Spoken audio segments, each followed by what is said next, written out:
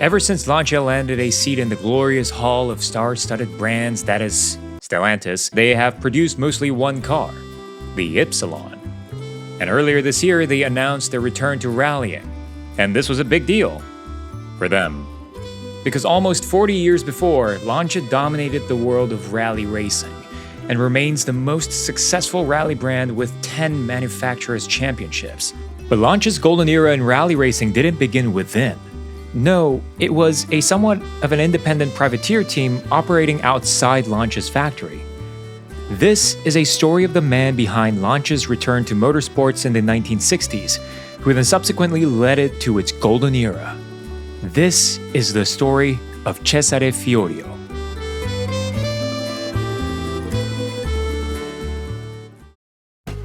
Before we dive into Cesare's life, we must talk about his father for a little bit.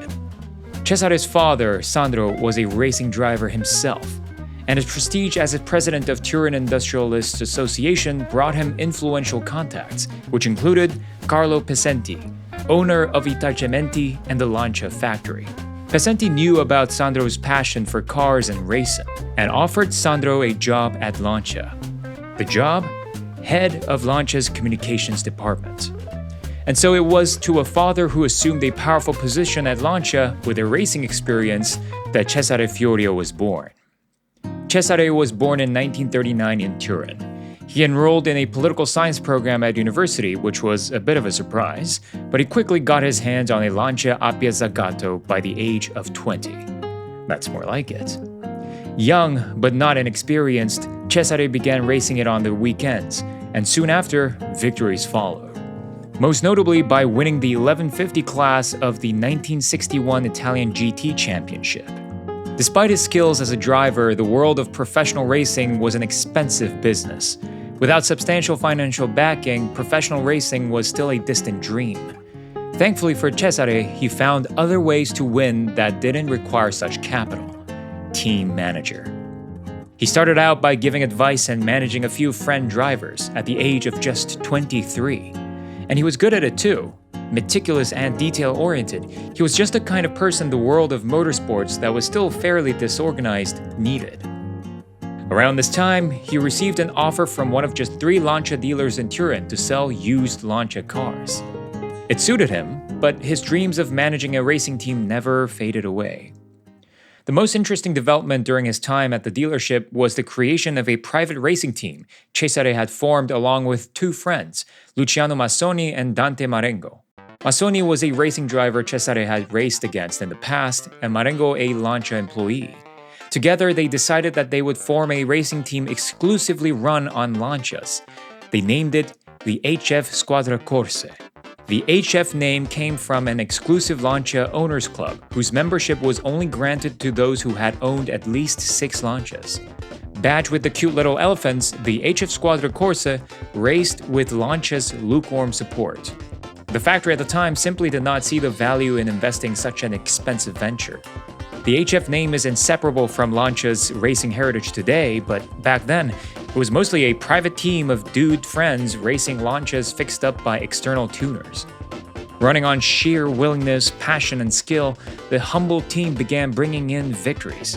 The turning point was when they brought home 6 of their Lancia Flavias, 1st, 2nd, 3rd, 4th, 5th, and 6th at the 1963 San Remo Rally. And Lancia began to notice. And so HF Squadra Corse was offered a warehouse within Lancia. What started out as a 3-man team began to grow with more engineers and more equipment. With increased factory support from Lancia, the race development picked up the pace. The team brought on Sandro Munari, who would go on to become Lancia's star driver.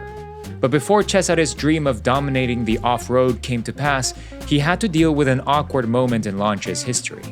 In 1969, Carlo Pesenti, the owner of Lancia, was looking to sell the Italian marque that was hemorrhaging money.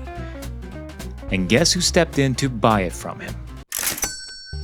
Now this made things a little awkward for Cesare. For one, Fiat already had their own racing team. And 2, Cesare was a team manager. Well, there was going to be one team, and there was simply no need for 2 managers. And upon Lancia's acquisition, Cesare was called up and was let go. Cesare, who was now married with kids, was given 3 months' notice before being officially laid off. And regarding this rather stressful period, Cesare had this to share in an interview. A week into his job hunt, Cesare went to the Turin Motor Show. It was the perfect place for him to announce his status as a job seeker.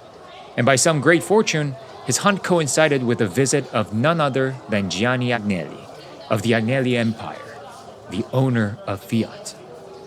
Upon seeing Cesare, he turned to him and said, "Now that Fiorio is with us, he's going to bring us some victories, eh?" To which Cesare replied, "I would love to, but I just got fired last week." Agnelli exchanged a few jokes with his confidants, then walked away. And soon after, Cesare got a phone call from Fiat. "So, did you find a job yet?" "No." "Okay, great. We'd like for you to come back. Please." With fresh backing, well, things went on as business as usual. Lancia's racing budget virtually went untouched as Cesare kept bringing in the victories. But the magnificent Fulvia was beginning to show its age. Fiat had already destined for her to retire, shutting down the assembly lines and sending out the layoff notices. At the 1972 Monte Carlo Rally, Cesare and his team brought the Fulvia 1600 HF for what they believed would be the last race with the aging car. Piloted by the brilliant Munari, the car was set to compete against the giants of the time. Not many paid attention to this humble shopping cart of a race car. Sure, it may have won a few races here and there, but this was the Monte Carlo Rally. It was the rally to win, a prestigious event that was sure to bring out the best of every team. And with the powerful Alpines and Porsches being propped up as the potential winners, the Fulvia was outside of anyone's minds. Even Cesare didn't expect too much from the race. But the front-wheel drive Fulvia was about to shock everyone in attendance. On the last night of the rally, the Fulvia was racing behind two Alpines. A third-place finish was not shabby at all, but one of the Alpines faced front-end damage that forced them to retire, then the other followed suit with a gearbox issue. Fulvia was now running first. Sandro Munari, despite driving with a constant anxiety that something might break down, did not slow down. Cesare apparently told the team to feed the drivers simple food, which I'm assuming was to prevent upset stomachs.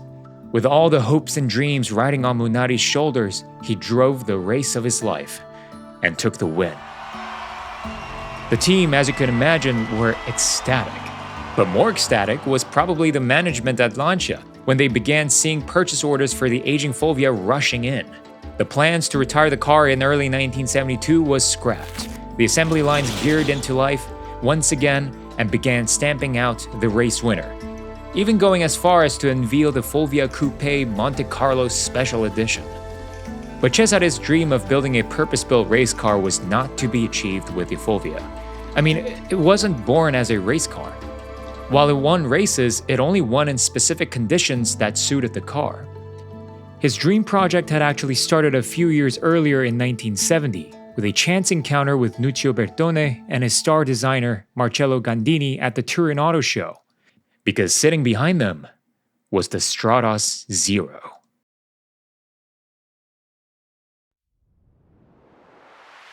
With the general manager of Lancia on his side, Cesare Fiorio began working on building a true purpose-built rally car. A car born to dominate the rally stages regardless of the weather or the terrain. And to do that, Cesare took an unconventional approach to car development. He approached each and every person on the team, requesting input on their thoughts on what would make the perfect race car. Then he took these notes and sent it over to Bertone. And what resulted was the Stratos. Now the body of the car was ready, but underneath it was rather lacking. They needed an engine, and they were determined to fit a class-leading one. They turned to none other than Ferrari. Sorry, Fiat. Now, the old man at Ferrari was famous for never letting anyone else use their engines, and a similar opposition faced Cesare. But to his genuine surprise, Enzo had known a lot about HF Squadra Corsa and Cesare's achievements. "I like the way you guys work. You win, but spend little." Topped off with Cesare's own persuasive tactics, Lancia convinced Enzo to give the green light to provide Ferrari's Dino V6s to Lancia for its Stratos. The car showed promising signs of a winning car even with its prototype form, winning the Tour de France in 1973. The production timeline for Stratos was strategic. For the 1974 season, in which Stratos would make the official debut, he entered the Fulvia for earlier events in the 1974 calendar that suited the aging car, while working to get the Stratos homologated in time for the latter events. Lancia successfully produced 400 models for homologation, allowing the Stratos to compete at the tail end of the 1974 season, awarding Lancia their first ever world championship. Cesare's attention to the most minute details in rules and regulations played no small part, and this attention also extended to drivers' diet. He really left nothing to chance. Combined with a fantastic race car, the Lancia team swept the floor with its rivals, winning 3 consecutive Rally World Championships from 1974 to 1976, essentially the entire lifetime of the Stratos. Now, unfortunately for the Stratos and the enthusiasts who love the car very much, Fiat saw much less value in this indomitable car. Win on Sunday, sell on Monday, they said. Well, the Stratos was winning all right, but there was nothing to sell, or at least not enough. This continued success of the Stratos also didn't sit too well with the Fiat management team. In fact, Fiat was still operating their own Group 4 racing team that competed against the Stratos. Fiat was effectively funding their most powerful rival to beat down their own racing efforts. Fiat decided that the Stratos must be retired, just as it heralded a golden age for Lancia's racing department. In its place would be the fearsome, the mighty Fiat 131. The Fiat 131 was a mid-sized family car, a car that most people might actually buy. Developed under the Abarth mark, the 131 was, however, extremely successful. The 131 Rally won the 1977, 1978, and the 1980 World Championships. The Stratos, on the other hand, had to race with fading factory support until in 1978, when Lancia, Fiat, and Abarth were united under a single banner, the ASA. Perhaps it was because of this corporate political turmoil that Fiori turned his attention briefly to sports car racing. With strict demands from Fiat that he use commercially viable models to race in, the Beta Monte Carlo coupes were selected. Fiori, with the senior engineer Gianni Tonti and Gianpaolo Dallara from the Stratos years, came together to transform the Monte Carlo into a Group 5 race car. The result was the Monte Carlo Turbo, which looked nothing like the actual Monte Carlo, but subsequently won the 2-liter class of the World Sports Car Championship for makes in 1979, and then went on to win the overall championships for 1980 and 1981. I mean, this guy just won everywhere he went. Just a quick note here, Lancia did continue racing in the Sports Car Championship, going on to develop the LC1 and LC2. Fast machines, but they failed to win championships. But let's get back to rallying, because this time they were up against the most fearsome adversary they had faced up until this point, the Audi Quattro.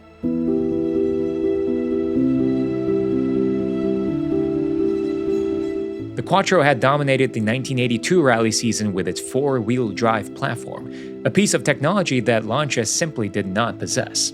Fiorio had taken a glance at the Delta and toyed with the idea of putting a 4-wheel drive drivetrain with the Abarth 131 engine in it, but it was a tall order, especially with the impending deadline for the 1983 championship. He most likely knew that 4-wheel drive was the future, but they had to race something until the tech was ready. The solution in the meantime was the 037. Based on the Monte Carlo monocoque that saw success in sports car racing, Fiorio demanded that the car be built with utmost reliability. It was a rear-wheel drive car, but based on their experience in racing the Stratos, they would build a reliable and much more controllable machine to pick up the pieces where the Quattro would fail. The life of the 037 had a rocky start, but by the 1983 championship, Lancia was at its peak form. While all eyes were on the Quattro, the 037 swept its way past, stunning the rally world by taking the 1983 championship. Fiorio shared a fun little anecdote about the Monte Carlo rally in 1983. A part of the hill climb was especially snowy that day, which would obviously give the 4-wheel drive Quattro a significant edge. Cesare threw out his Lancia overalls and drove up the rally stage until he came across the French police. Pretending like an exasperated citizen, he pleaded with the police to do something about the dangerously snowy roads. The police quickly responded and removed the snow on the track, right before the 037 was to fly past to take the win. Unfortunately, but most understandably, the 037's winning streak did not last.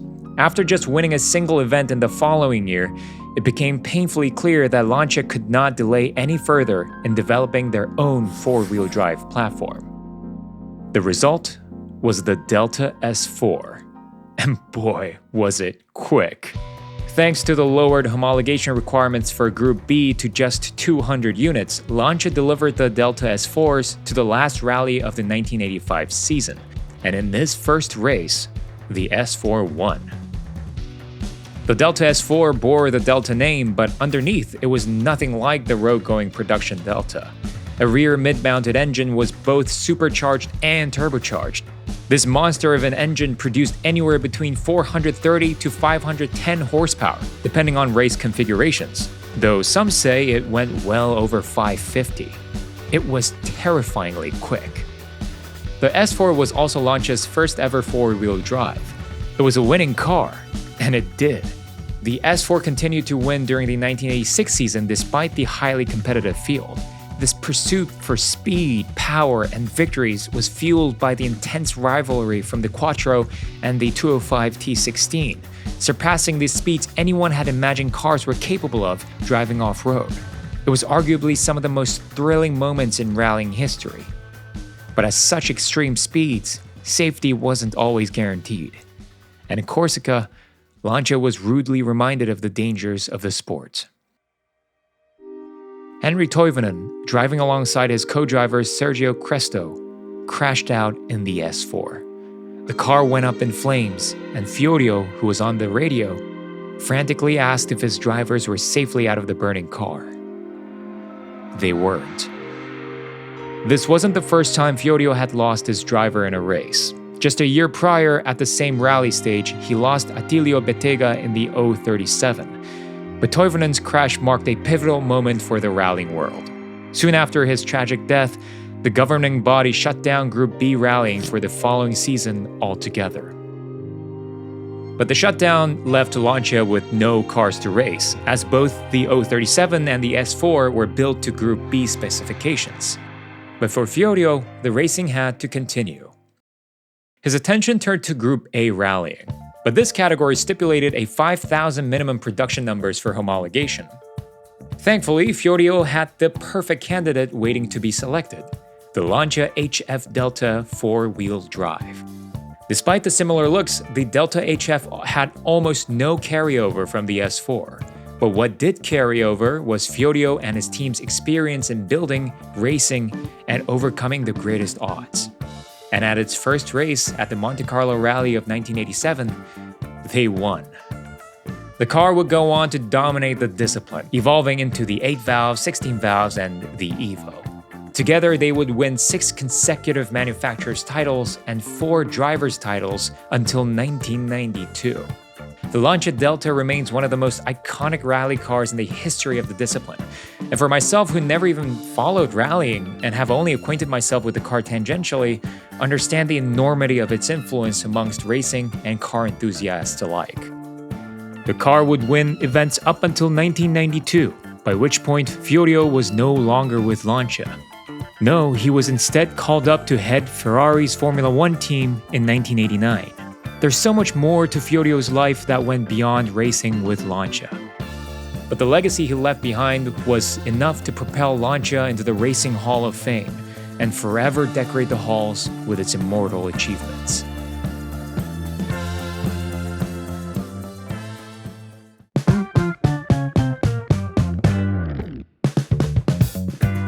When I said earlier that Fiorio's life went beyond Lancia, I meant it. This guy was a champion in powerboat racing, managed Ferrari's F1 team for a little bit before moving to Minardi, and received a knighthood.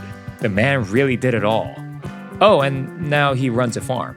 There are a lot of great interviews and books written about him. The one I personally read with great difficulty, as I don't speak Italian, was Stratosferico by Cristiano Fiorio, Cesare's youngest son. It has a lot more of the fun anecdotes that I failed to share in this video, so I highly recommend it if you're interested in diving deeper into the mind of this man. Anyway, if you've enjoyed this video, please consider leaving a like and subscribe, and I'll see you on the next one.